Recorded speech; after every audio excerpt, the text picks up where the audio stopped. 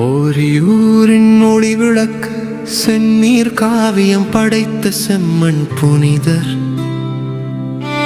வெங்கல குறிச்சியின் பாதுகாவலர் புனித அருளானந்தர்.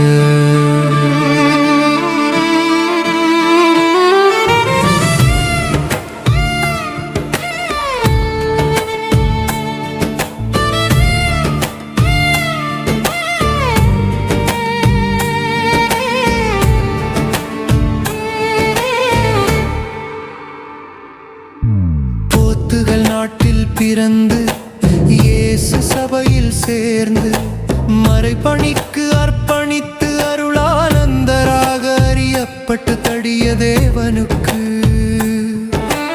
அறவழி காட்டியதால் தலைவெட்டுண்டு செம்மண் புனிதராய் மறைசாட்சியானே.